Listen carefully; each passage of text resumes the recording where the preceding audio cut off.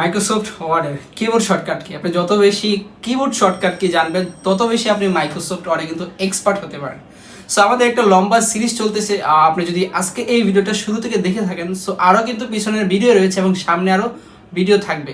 So আপনি প্রত্যেকটা video শুরু থেকে শেষ পর্যন্ত দেখেন এবং প্রত্যেকটা শর্টকাট কি আপনি একটি স্ক্রিনশট দিয়ে নোট করে মুখস্থ করেন, ইনশাআল্লাহ একটা সময় আপনি মাইক্রোসফট ওয়ার্ডে এক্সপার্ট হয়ে যাবে। তো চলুন আমাদের আজকের পর্ব শুরু করি। সো আজকে আমাদের পুরো শর্টকাট কিগুলো হচ্ছে টেবিলকে নিয়ে। সো আমরা প্রথম যে শর্টকাটকে শিখবো সেটা হচ্ছে কিবোর্ড থেকে অল্টার চাপ দিয়ে আমরা এনে চাপ দেবো, তারপর টিতে চাপ দেবো, তারপর হচ্ছে আয়ে চাপ দেবো। সো দেখতে পাচ্ছেন এখানে কিন্তু একটা ইনসার্ট টেবিল অপশান চলে আসছে। সো আপনি চাইলে এখানে নাম্বারস অফ কলাম এবং নাম্বারস অফ রো কিন্তু চেঞ্জ করে জাস্ট আপনি এখান থেকে ওকেতে প্রেস করবেন। সো দেখতে পাচ্ছেন এখানে কিন্তু আমার একটা টেবিল ক্রিয়েট হয়ে গেছে। ওকে, সো এই টেবিলের মধ্যে আমি আরেকটা রো ক্রিয়েট করতে যাচ্ছি, সেটা আমরা আবার কিবোর্ড শর্টকাট কির মাধ্যমে করব। সো কিবোর্ড থেকে অল্টা চাপ দিয়ে এ আই তারপর হচ্ছে আবার এতে চাপ দিব। সো দেখতে পাচ্ছেন এখানে কিন্তু আমার নতুন একটা রো হয়ে গেছে। সো আমি এখানে কিছু নাম্বার দিয়ে দিলাম, আর নাম্বার দেওয়ার পর আমি যদি আপনাদেরকে দেখাই তাহলে আপনারা হয়তো আরও সহজে বুঝতে পারবেন। সো এটা হচ্ছে 4, আমি একটা রো এখানে ক্রিয়েট করব। সো কিবোর্ড থেকে অল্টা চাপ দিয়ে ধরে এ আই এ।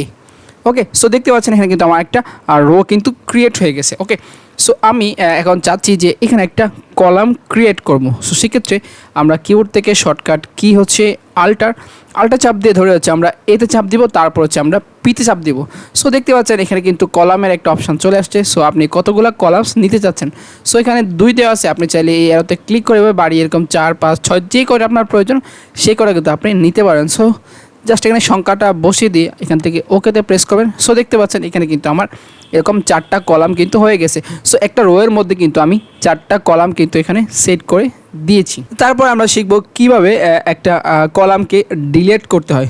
সো আমি এখানে মাউস পয়েন্টার রাখার পরে কিবোর্ড থেকে অল্টায় চাপ দিব, অল্টায় চাপ দিয়ে ধরে আমরা দিব হচ্ছে এতে, তারপর হচ্ছে ডিতে, তারপর হচ্ছে সিতে।